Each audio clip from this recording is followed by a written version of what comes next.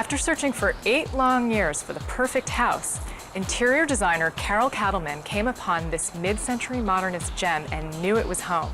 Using the spectacular pool as inspiration, Katleman reconfigured the interiors and came up with a glamorous space that sparkles and shimmers.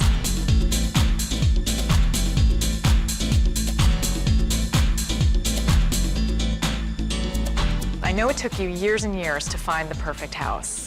What was it about this house in particular that made you say, this is it? I had searched for about 8 years.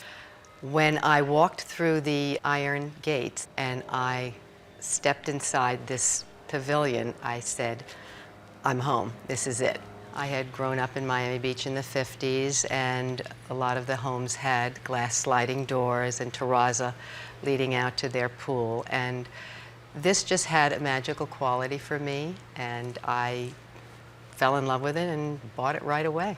It was built in 1963 for the costume designer, Helen Rose, who was a very famous designer at MGM Studios, and she was kind of noted for designing Grace Kelly's wedding dress and Esther Willams' bathing suits. And she would have her models model the clothing that she designed for her producers, and then she would parade them around the pool area to show the producers what the costumes were going to look like in the film. I think that Carol's house was conceptually this amazing house, but the materials and the detailing of the house was just kind of clumsy, and you could see there was a great idea here, but the way it had been built and put together, and probably also changed over the years, you lost that clarity and the beauty of what was there. I was very careful to work with Marmol and Radziner architects to preserve the original architecture. So everything that you see here is new, but it was the same structure, the same size as the original house. I think that Carol had very definite ideas on what she wanted the overall feeling of the house to be when we were complete. She knew exactly what sort of furniture, where the art was going to hang on the walls. I had always owned this Frankenthaler painting, and this was the main thrust of the design. I knew that I wanted to use this wonderful painting and Knoll furniture, and this became the creation of what I was going to do here. I've noticed that there is a lack of a television in this room. Is that deliberate? Very, very deliberate. I have people over, and I don't have an awful lot of free time. And my feeling is that when my friends come over, we really need to interact with one another. We need to catch up. We need to find out, if somebody's having problems or if somebody's had some joy in their life and we want to share it. And this living room, when we sit down, is really mainly for us. Beyond the fireplace lies an intimate den with a spectacular view of Beverly Hills. So here we are in the kitchen. It's beautiful. How is this different than when you bought the house? What did you do to change it? Well, it was very dated because I think probably the people that I bought it from did it over 25 years prior. So it really needed everything. We did come in with this new, very minimalist kitchen that is for Carol.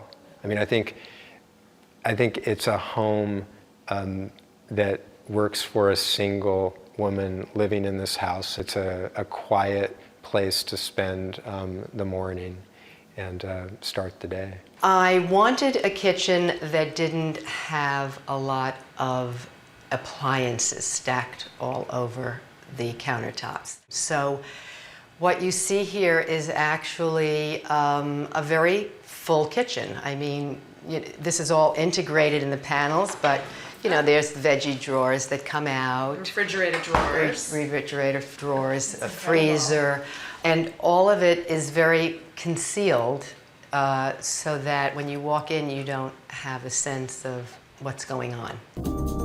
The kitchen seamlessly flows right into the dining area, complete with a mosaic-like painting by Valerie Jardin and a cardboard wiggle chair by Frank Gehry. The table is such a beautiful wood contrast with all the white terrazzo, and it seems to be a nice, there's a nice correlation between that and the dining table. Is that also something you designed? Yes, that's Honduras mahogany. I wanted it to look more like a piece of sculpture when you came in, as opposed to a full dining room where you immediately know that this is a dining room. Well, Melissa, this is my bedroom, and it's very rare that you can have 3 walls of glass and still have room for a television. So where do you think it is? I have absolutely no idea. You've tricked me. It's in this art base. And what we did is we actually sank the whole mechanism down into the slab. Into the floor, yeah, literally. Right. And it's such a lovely transition, the teak floor from the white terrazzo. It really makes this room feel more intimate. Yes, I think the wood floors give it the warmth that it's needed in the bedroom areas. And this amazing painting on the far wall is such a great reflection of the Frankenthaler on the wall in the living room. Yeah. This is actually a California artist by the name of Joe Good, and I bought it a month or 2 after the entire house was done. And when I brought it in, it was just amazing, because you would think like I had the painting first. Absolutely, it looks like you commissioned it. It's so perfect. Exactly, and I'm very happy that it's, you know, an artist from California. Tell me about the design of the master bathroom. That's one of the things that really was a major turning point as far as the architecture and combining it with what was already here. The master bathroom was the one area that we actually expanded and changed the footprint of the house. We pushed that whole shower area out into the side yard because, as is so often the case, these homes from the 50s and 60s have very small bathrooms. So we actually pushed it out and kind of almost decided to recreate the exterior wall a few feet out with the glass and the floating roof. The shower, tell me the truth. Is it a little scary sometimes that, you know, someone might be looking? Yeah, not really. You know, I have it all kind of hedged in with these very tall, you know, 14-foot ficus trees. Strategically clipped Yes, in the right places. Exactly. It's so hard to imagine that this patio was actually all red brick when you bought the house. I know. You know, when I first walked through, I said, well, this pool area is going to be so fabulous in white terrazzo. I mean, I actually saw it finished. It was a vision that came to me. Well, that's a gift of the designer, so. Thank you. Well, that was something Carol really wanted to do, and I think for the concept of that house works beautifully, and it seamlessly goes from inside to out. And so you end up with this white terrazzo around this kind of very blue California pool. We then sort of extended it, tried to extend that back towards the view as far as possible as well, so that when you're in the house and you look out past the pool, you start to bring the city up into the house too, and that great view back as well. Sunshine bounces off the pool and constantly changes how light and shadows fall throughout the house. For Carol Katleman, the pool's design strikes the perfect balance between indoor and outdoor living. Living outdoors, as I can in California most of the year, this is the perfect type of environment. I think it's what these modernists really understood when they came here, you know, from Europe and from the East, is that we can take advantage of California. Coming up next, a modern house built with a modest budget.